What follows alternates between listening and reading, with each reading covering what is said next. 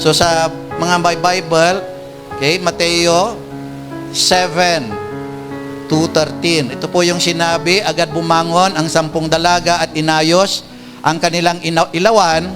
Sinabi ng mga hangal, sa matatalino, bigyan naman ninyo kami kahit kaunting langis, aandap-andap na ang aming mga ilawan. Verse 9, baka hindi ito magkasya sa ating lahat. Mabuti pa'y pumunta muna kayo sa tindahan at bumili ng para sa inyo, tugon naman ng matatalino. Kahit lumakad ang 5 dalagang iyon upang bumili ng langis, habang wala sila, dumating ang lalaking ikakasal. Ang 5 nakahanda ay kasama niyang pumasok sa kasalan at isinara ang pinto. Pagkatapos dumating naman ang iba pang dalaga, Panginoon, papasukin po ninyo kami, pakiusap nila. Ngunit tumugon sila, sino ba kayo?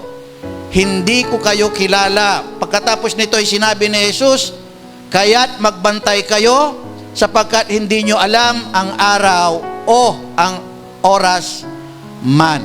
Okay, sa Diyos po ang kapurihan. Pwede na po tayong maupo. Ang title po ng pag-aaralan po natin ay, basahin natin lahat, kailangan natin ng langis. Amen? Mas lalo na sa panahon po natin po ngayon, kailangan natin po ang langis. Ang langis, sa makamundo, sa sanlibutang paraan, yung literal po na langis ay ginagamit po ng mga sasakyan. Di po ba? Nabigamit po ito ng kotse, ginagamit po ito ng bus, train, jeep. Ginagamit din po ito, may klase po ng langis po ang eroplano.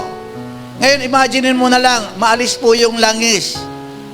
Paano tatakbo na yung mga bus? Paano makakapunta tayo doon sa paruroonan natin? Paano po yung mga nagtatrabaho?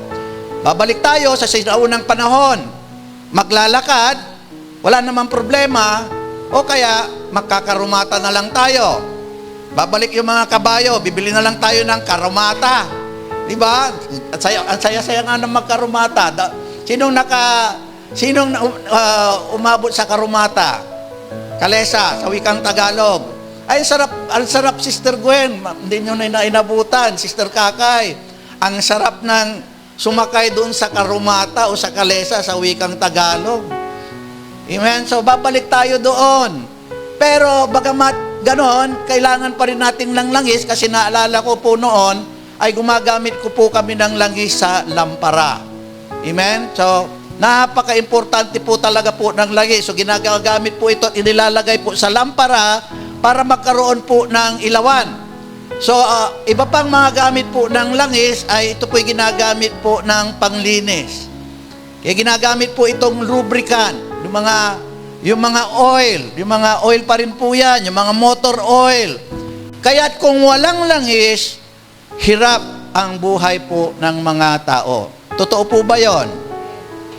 Gayun din naman sa buhay po ng Kristiyano, may langis na kinakailangan tayo para makatagal po tayo po sa pananampalataya. Sa ating text ay sinabi ng Panginoong Jesucristo ang isang parabola. Okay? Yung 10 dalaga o birhen na naghihintay sa lalaking ikakasal.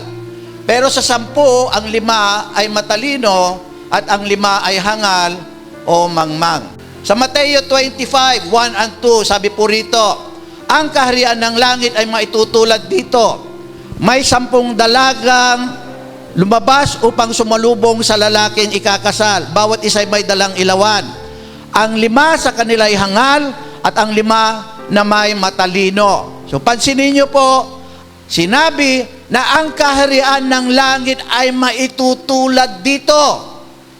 So, ang example po ni Jesus Christ na parable ay para maunawahan po natin kung paano ba tayo makakapasok sa kaharian po ng langit. Okay? Ang 5 sa kanya ay hangal at ang 5 daw po ay matalino. So sa 10, parang 50-50, 5 ay hangal, 5 po ay matalino. Paano naman naging hangal ang 5 dalaga at paano naging matalino ang 5 dalaga. Okay? Diretso po tayo sa verse 3. Ang mga hangal ay nagdala ng kanilang mga ilawan, ngunit hindi nagbaon ng langis. Ang mga matatalino naman ay nagbaon ng langis, bukod pa sa nasa kanilang mga ilawan.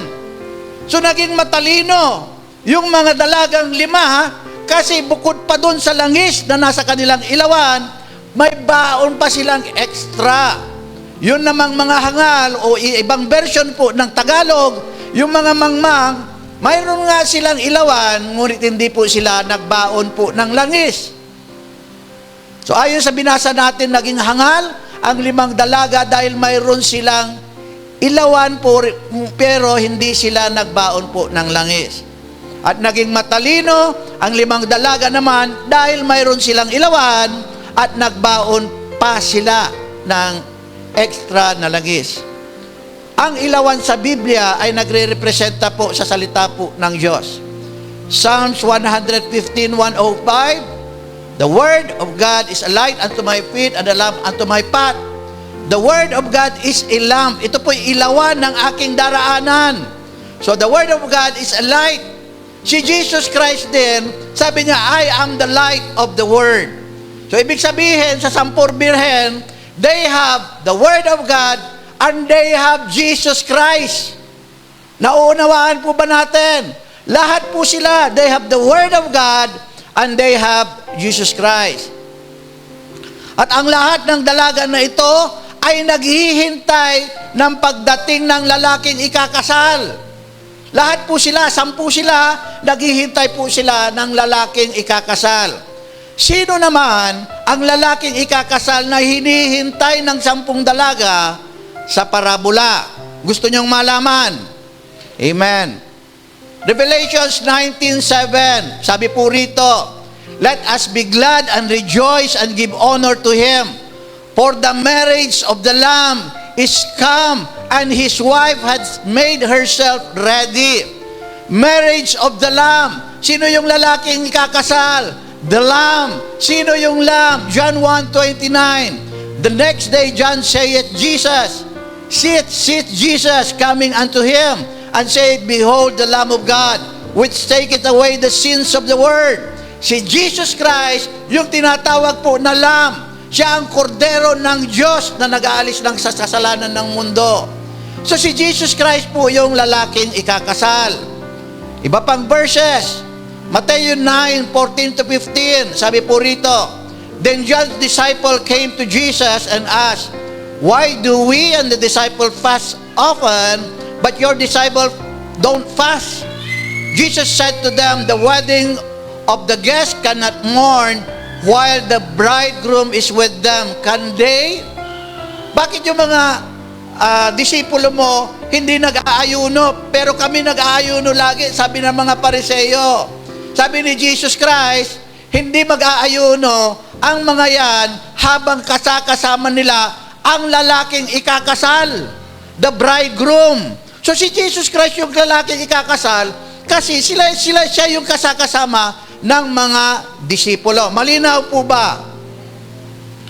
Sa makatuwid, ang lalaking ikakasal ay ang Panginoong Jesucristo na hinihintay ng 10 dalaga.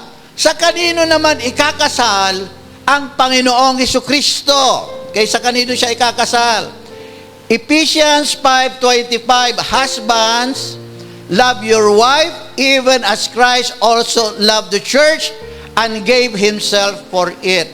So Jesus Christ loved the church. He gave His life for the church. So sino yung church? Okay? Sino yung church? Mamaya i-define ko po yan. 2 Corinthians 11:2, sapagkat ako'y naninibugho, sabi ni Apostle Paul, tungkol sa inyo ng paninibughong ukol sa Diyos, sapagkat kayo'y aking pinapangasawa sa isa, upang kayo'y mahiharap ko kay Kristo na tulad sa dalagang malinis.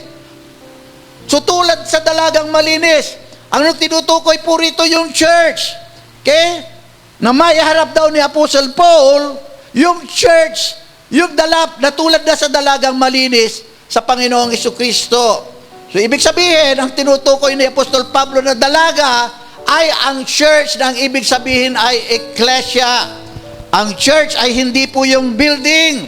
Ang meaning po ng ecclesia sa wikang Griego are the called out ones, ang mga tinawag sa pangalan ng Panginoong Jesucristo.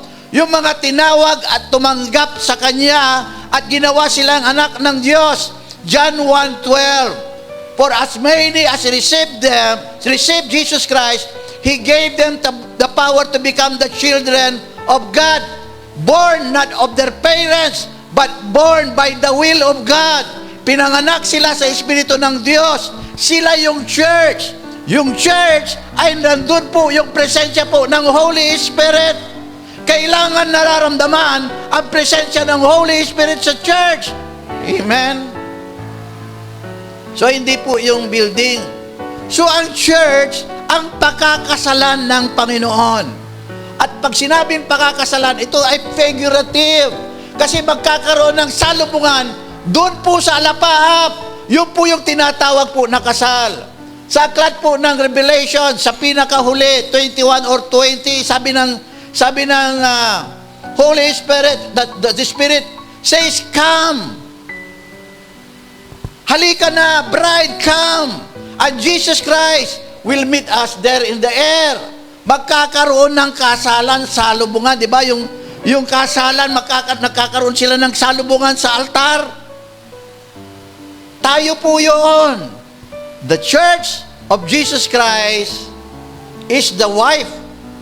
Kaya't ang 10 dalaga ay nagre-representa sa mga Kristiyano na naghihintay sa muling pagbabalik ng Panginoon.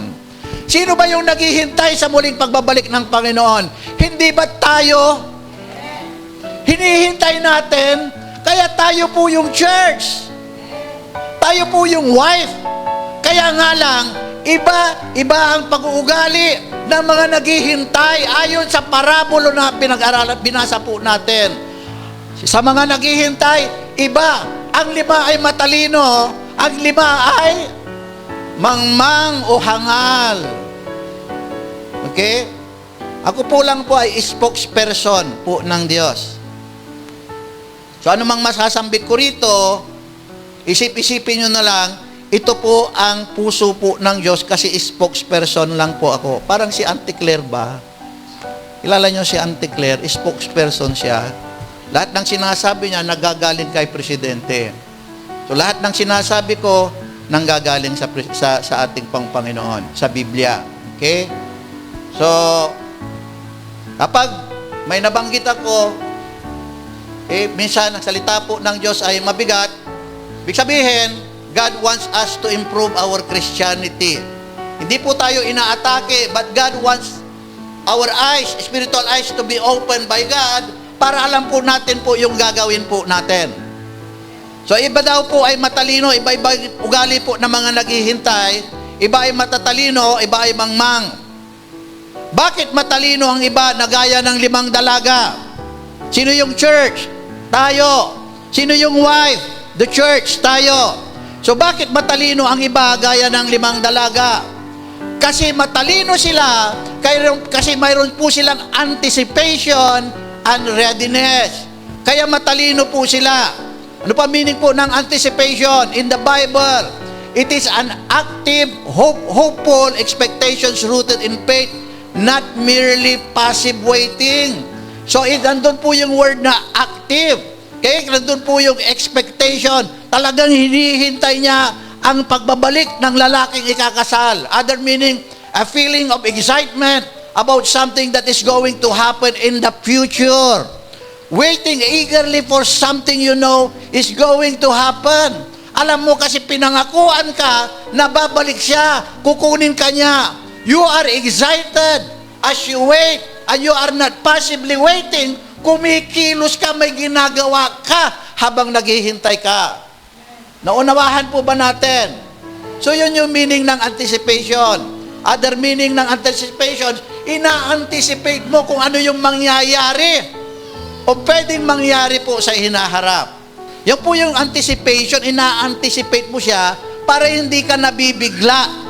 Hindi ka caught by surprise. Naunawahan po ba natin?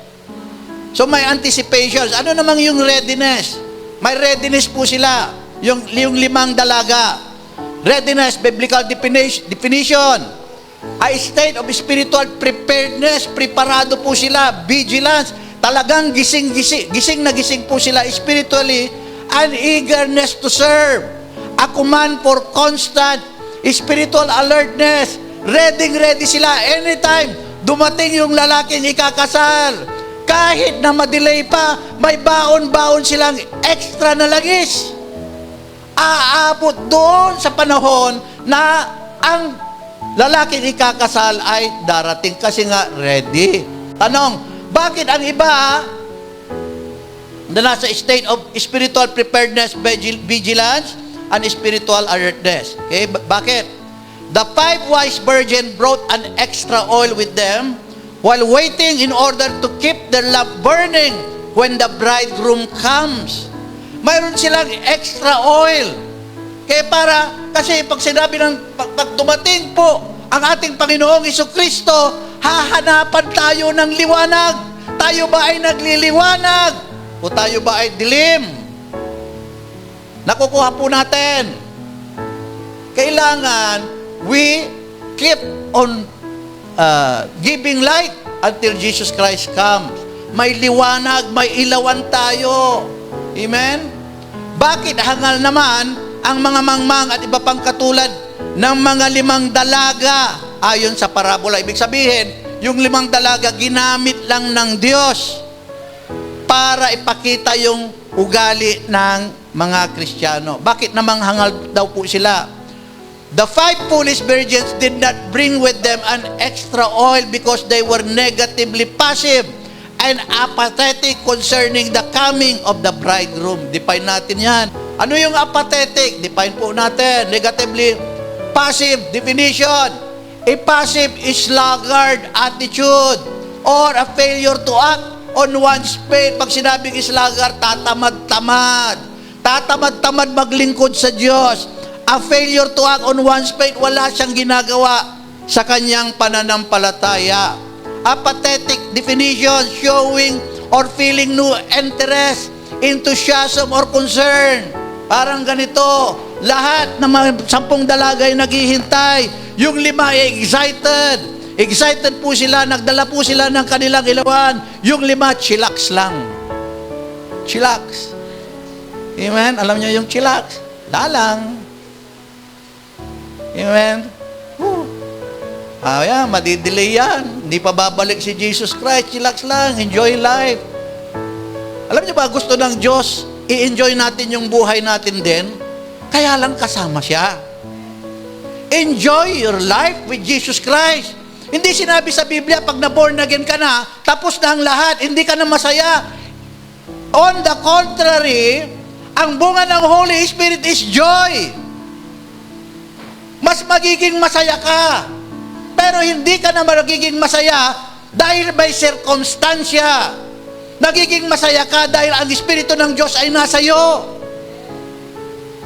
Naunawaan natin, hindi totoo na born again ka, it's the end of your life. Hindi po totoo po yun. Mas magiging masaya po tayo. Mas magiging maayos yung pamilya natin. Mas magiging pagpapalain po tayo. Di masaya? Kaysa naman puno ng problema. Kaysa naman dami-daming pera, pero punong-puno, walang kapayapaan, katulad ng buhay natin po noon. Amen? So, diretso po tayo. Mateo 25:9, sinabi ng mga hangal, sa matatalino, bigyan nyo naman kami, kahit kaunting langis, aandap-andap ang aming mga ilawan. Aandap-andap. Ano meaning ko ng aandap-andap? So mga Kristiyano, ang 5, aandap-andap ang kanilang ilawan. Pag sinabing aandap-andap, ano ang ibig sabihin nun? Patay sindi. On, off, on, off, on, off. Nasa church, hindi. Nasa church, hindi. Lingkod dito, hindi. Nasa mundo, nasa Diyos. Nasa mundo, nasa Diyos. Aandap-andap. Kapag aandap-andap yung ilawan, ito, anong mararamdaman ng ating mata? Masakit sa mata. Kaya ang Kristiyano, naaandap-andap ang kanyang ilawan, masakit sa mata. The 5 foolish virgins were left behind from the wedding. Hindi po sila nakasama. At kapag sinabi pong virgin, dinalisay po yan. Nahugasan ng dugo ng Panginoong Jesucristo, yung pinag-aralan namin noong nakaraan, pagkatapos naglublob naman sa putikan, bumalik sa dating ginagawa. Parang aso, isinuka niya yung mga masasama, kinain niya ulit yung aso. Tawag po doon ay backslider in the heart. Backsliding, it starts from the heart. Nag-uumpisa sa puso. We can be in the church, but we could have a backsliding heart. Bakit ba backsliding? Sabi doon, kapag ginagawa mo yung ayon lamang sa gusto mo at hindi ayon sa Diyos, you are backslider in your heart.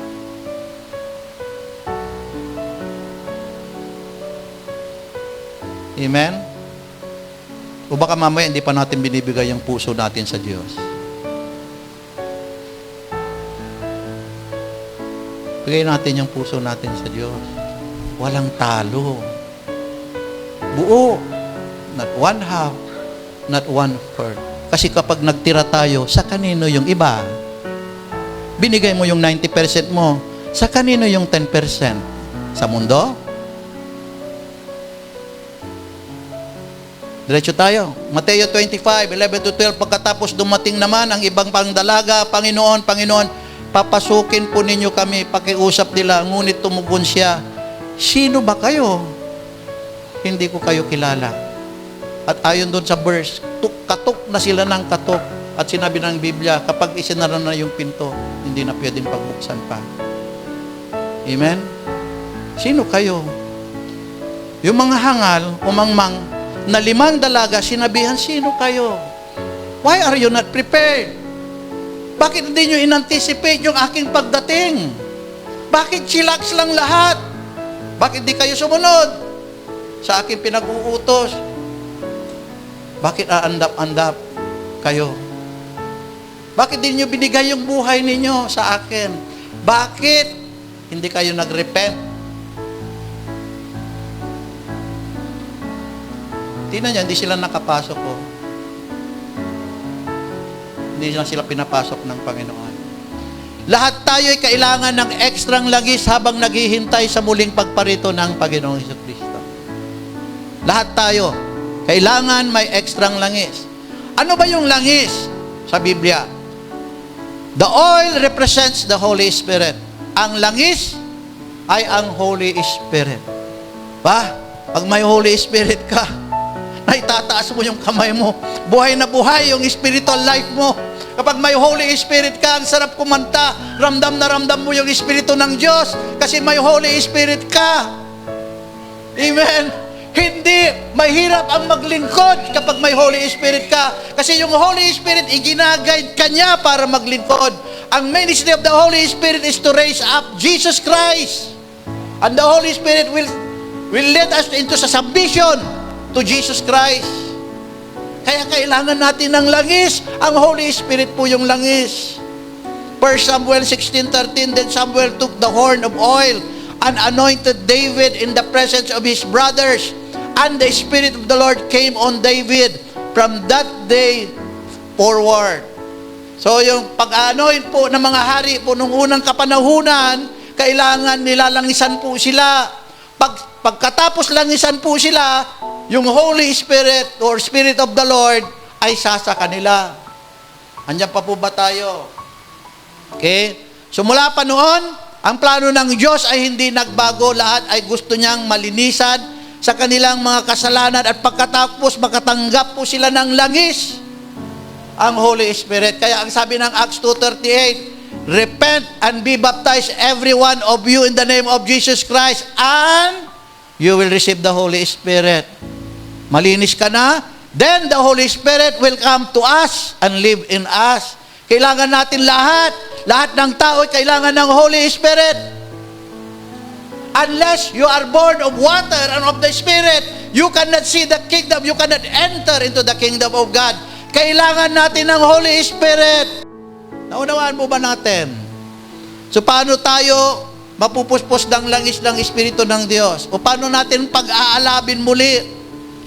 Being filled with the Holy Spirit is an ongoing daily surrender of one's will to God and a desire to live according to His Word.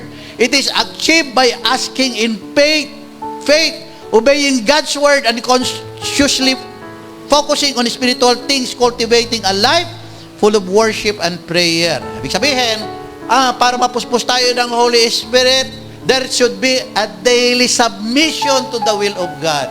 May will tayo, may pagpipilian tayo, pero yung gusto ng Diyos ang susundin natin, hindi yung gusto natin. At yung gusto ng Diyos ay hindi tayo ipapahamak. Mayroon tayong obedience sa Kanya. Mayroon tayong paglilingkod sa Kanya. Mayroon tayong pagpupuri sa Kanya. Mayroon tayong pananalangin na walang patid sa Kanya. Pupuspusin ka ng Espiritu ng Diyos. Hindi ko na pakakahabain kasi mahaba na. Conclusion na tayo.